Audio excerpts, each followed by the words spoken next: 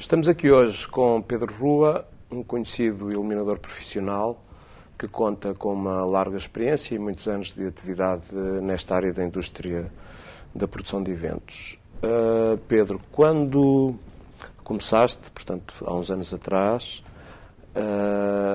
a atividade e, digamos, esta indústria ainda era uma indústria recente e, nomeadamente, a atividade de iluminador de espetáculos, à exceção do teatro, penso que talvez sejamos contemporâneos no arranque desta atividade de uma forma mais profissional. Poderias falar um bocadinho do teu início de carreira, com um aspecto qualquer que te marcou, ou como é que começaste esta atividade? Bom, primeiro comecei por acaso, por isso comecei essencialmente porque não tinha dinheiro para ir a um concerto. Havia um concerto de Chaf Mega, havia uma série de amigos meus que iam, eu não tinha dinheiro e resolvi ir mais cedo para pedir para entrar à borla. E conheci uma pessoa que foi o Zé Luís Lencastre Freitas, que foi durante muitos anos técnico e que morreu há pouco tempo, e que me deu a entrada. E a partir desse conhecimento e de ter formação na área da eletricidade, comecei a fazer trabalho juntamente com o Zé Luís, nessa altura. Portanto, nós estamos a falar de uma altura em que não havia sequer, penso eu, que cursos de formação específica na área da iluminação. Nem se trabalhava com luzes. Aliás, eu começo a fazer de roadie. Por isso só começo a trabalhar com luz a partir de 85. Por isso, entre 81 e 85, eu sou roadie, não sou iluminador. Por isso, a iluminação nasce a partir de 85. E, portanto, desde essa altura até aos dias de hoje, para além de uma enorme evolução que houve do ponto de vista tecnológico, as condições que foste encontrando nos diferentes espaços, nos diferentes vénues em que trabalhaste, foram evoluindo, penso eu. Em relação ao espetáculo ao ar livre, tem oscilações. Poderei considerar que até 94, 95 houve, na verdade, um grande crescimento, as condições melhoraram.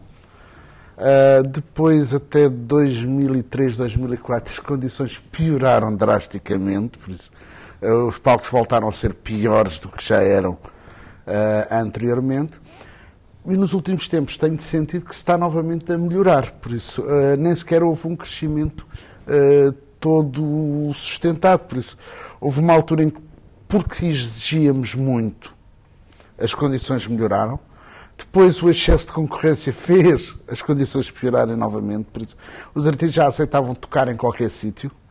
E penso que nos últimos tempos está-se novamente a melhorar as condições de palco. Mas, quer dizer, diz-me também a minha experiência que o principal problema, nessa fase, final dos anos 80, princípios dos anos 90, com que muitos, e estamos aqui a falar concretamente dos espetáculos ao ar livre, depois passaremos a falar de outras áreas, mas no caso concreto dos espetáculos ao ar livre, os grandes problemas com que um iluminador se deparava passavam essencialmente pelas condições do local e muitas vezes até por limitações do ponto de vista do fornecimento de energia. Exatamente. No arranque da tua atividade, eu lembro-me que nessa altura ainda não era muito desconhecida a robótica.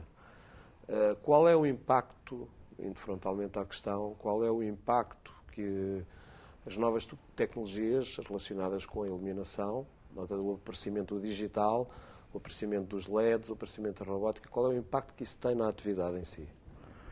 A robótica, à partida, vem poupar energia, porque antigamente tinhas que usar milhões projetores para conseguir ter, sei lá, um robô Wash hoje faz 20, 30 cores, significa que consegue ocupar um espaço de 20 ou 30 projetores num espetáculo. Vem para já baixar a energia, em termos de consumo. Vem também conseguir produzir cenários diferentes entre músicas através do movimento. Por outro lado, por exemplo, os LEDs vêm trazer essencialmente uma nova gama de efeitos para a iluminação. Mas atenção, as grandes cortinas de par 64 continuam a ser das coisas mais bonitas e têm um impacto que, se quiseres ter o mesmo impacto, tens que lá ter a mesma quantidade de robôs. Exatamente. Porque eles têm, as grandes cortinas continuam a ter um impacto. Eu fiz uma banda há pouco tempo que usava muitos pares e eu gostei imenso de ver. Eu gostava também, já agora, que falasse um bocado da fase de concepção de um projeto. Ou seja, quando tu estás a pensar no início do processo criativo, estás a pensar como é que vais, que tipo de iluminação vais utilizar, quais são os pressupostos, por assim dizer, que te fazem optar por um determinado equipamento em detrimento de outro? Para iniciar um projeto, há uma série de fases que têm que acontecer.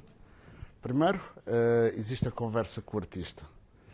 Temos que tentar perceber o que é que ele quer sentir no palco. Isto é fundamental, antes de mais alguma coisa. Depois, há uma fase de conseguirmos interiorizar as coisas de tal maneira que eu, por exemplo, posso te dizer, se for fazer luz a uma determinada banda, eu chego a estar 10 e 12 horas constantemente a ouvir aquilo. Não quer dizer que esteja exclusivamente a ouvir aquilo. Sou capaz de estar a trabalhar no projeto, estar a fazer outra coisa, mas estar a ouvir sempre a banda. E porquê? Para que, quando precisar de pensar naquilo, seja instantâneo. Ou seja, eu sei que aquele momento vai acontecer naquela parte da música. E isso só consegues quando passas 4, 5, 6, 7 dias em que, mesmo estando a fazer outras coisas, estás a ouvir a música daquela banda. Depois de ouvirmos bastante a banda, temos a altura em que começamos a pensar como é que vamos pôr a iluminação. Normalmente, essa parte joga muito com o que a banda pretende em termos de setup. Há um cuidado a ter quando se desenha o projeto, é que ele fique razoavelmente confortável para quem lá está no palco a tocar. Porque um projeto que o músico fique desconfortável, o que acontece é que ele vai transparecer esse desconforto. Sei lá, se uma pessoa não gosta de um strobe e lhe puser um strobe à frente dos olhos, possivelmente o gajo vai ficar desconfortável. E por isso não vai precisar ali de ser confortável, senão não ter partido do próprio artista. Agora, essencialmente é ouvir muito a música da banda e depois ir pensando em como vou intervir em cada uma das partes da música do concerto. E saindo um bocado fora desta área do espetáculo musical, da banda, do concerto, eu sei que tu também já, na tua experiência, contas com outro tipo de projetos, como, por exemplo, iluminação de edifícios, percursos ou seja, percursos feitos através da iluminação, iluminação de eventos de outras natureza, quer dizer, utilização da água, etc., ou iluminação de eventos com água. Portanto, toda essa diversidade, existe algum princípio elementar a partir do qual tu possas deixar como uma referência para quem... porque realmente iluminar não é só espetáculos de música, não é? Não. Iluminar não é só espetáculo, depende do que tu estiveres a iluminar. Se estiveres a iluminar uma exposição, estamos a falar de um percurso, estamos a falar de destacar este ou aquele objeto em detrimento de outros.